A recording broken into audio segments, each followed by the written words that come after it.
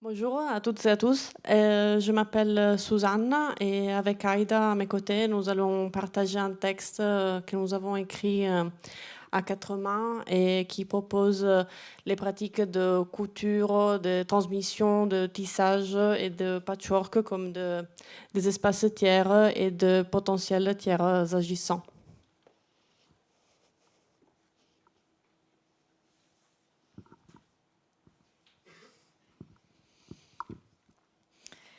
Le premier langage de programmation structurée, la machine analytique d'Ada Lovelace, c'est un système de correspondance. Les nombres pouvant représenter n'importe quoi, des sons, des symboles, des mouvements. Les calculs n'étaient pas une prison de la quantité, mais une ouverture vers la forme.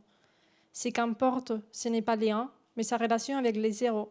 Le zéro n'est pas une absence, c'est un intervalle, l'espace où quelque chose peut se produire. Nous sommes au milieu, entre les choses, dans les choses milieu. À l'ère de l'intelligence artificielle technocapitaliste, écrire à la main avec un stylo sur du papier semble un geste presque romantique. La récupération nostalgique d'une pratique analogique de l'écriture et de l'élaboration de la pensée. Dictée par des temps qui ne trouvent plus leurs origines dans nos nécessités physiques et nos ressentis, mais imposés par des rythmes de productivité et d'efficacité typiques de notre époque moderne, il paraît impensable désormais d'écrire à la main, que cela soit un livre, un texte ou même une lettre à une amie. Chaque pensée s'évapore dans la création de mots générés par la banale répétition de clics, des mots que nous ne sommes plus capables de prononcer ou d'écrire, et qui se traduisent par une séquence d'ordres délégués aux machines, en nous dépossédant nous-mêmes de notre parole, de notre responsabilité. Tandis que je m'acharne à écrire, les yeux rivés sur l'écran silencieux, persuadée de n'avoir aucun autre choix, je me bats contre moi-même et contre mes propres pensées, qui, privées de toute matérialité, peinent à sortir de ma tête.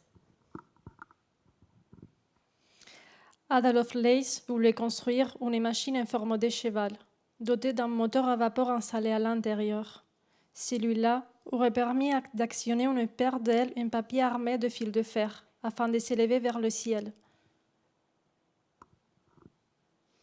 La nécessité d'un retour à la physicalité de la pensée, à la construction des mots, les uns après les autres, devient de plus en plus urgente. Stylo à la main, les pensées coulent, fluides et rapides, à travers l'encre qui surgit presque par magie du mouvement de nos corps. Il ne s'agit pas de la planification préméditée d'un discours abstrait, mais plutôt de l'élaboration des pensées nées des gestes, des mouvements, d'assemblage. Les mots apparaissent et se succèdent dans leur dessin, leur construction et spatialisation, sous forme de sons, signes, traces. Pendant un temps, sans que personne me voie, j'ai caché sur le tapis du salon le petit papier de chocolat que j'ai mangé, comme si le sol allait les avaler ou comme si l'espace entre le tapis et le sol était équivalent au vide que j'imaginais s'y trouver, entre les petites fibres de laine. Cela n'arrivait pas très souvent, car alors que je voulais répéter ces gestes, ma mère avait déjà découvert le pot rose. Le vide auquel j'avais confié le petit papier n'existe pas, et cette stratégie n'avait pas été très intelligente. Il aura fallu les garder en silence pendant longtemps, comme quelqu'un qui craint de dire quoi que ce soit, aussi insignifiant que cela puisse paraître. Mais ces gestes consistaient à reconnaître le petit creux que j'avais inventé pour garder mon secret. Ces creux ressemblaient en mon temps à celui que ma mère utilisait pour conserver ses propres mots. Il n'existe pour personne d'autre que nous, et c'est à travers lui que nous pouvons voir. Les signes qui deviennent sens sont en même temps traces, fils qui unissent, coudes, assemblent fragments de tissus ayant jadis habité un espace d'attente où tout était possible.